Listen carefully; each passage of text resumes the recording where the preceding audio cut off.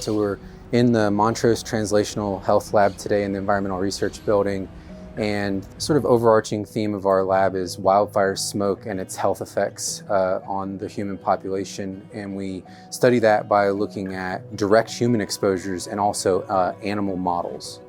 Some of the things that we're finding are that wildfire smoke goes places that you don't typically think it goes. So for example, we have been told that when there's a smoke event, you should go inside to feel safe or to be safe. And some of our most recent research with air monitoring shows us that the indoor environment in some commercial buildings can be just as bad as the outside.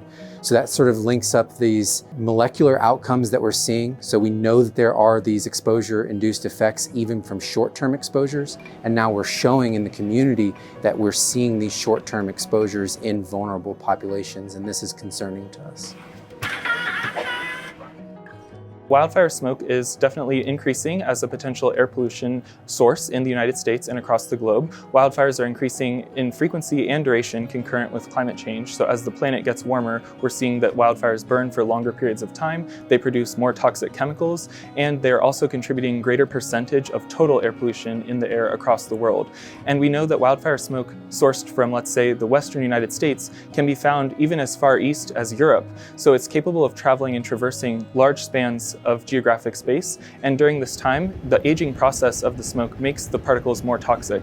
So this is not just an air pollutant that is of immediate concern to people in the western United States, but potentially across the entire globe. So we see that in wildland firefighters and other populations of individuals exposed to high levels of wildfire smoke, there are increasing rates of Alzheimer's disease or other dementias, and we see reproductive deficits and other health effects that are in peripheral body systems that weren't classically associated with this toxicant. So before my dad died, he had a stroke and developed dementia. So when I found out what this lab was doing, looking into Alzheimer's disease, while he didn't have Alzheimer's, it is a form of dementia. So I thought it would be impactful if I could get on the ground and see if I could possibly help be part of a cure. My part of the lab is looking into the molecular mechanisms that are involved in environmental exposures, so wildfire smoke, and how exercise can possibly help also slow down the progression of Alzheimer's disease, which we're also finding that smoke may be impacting people on that spectrum.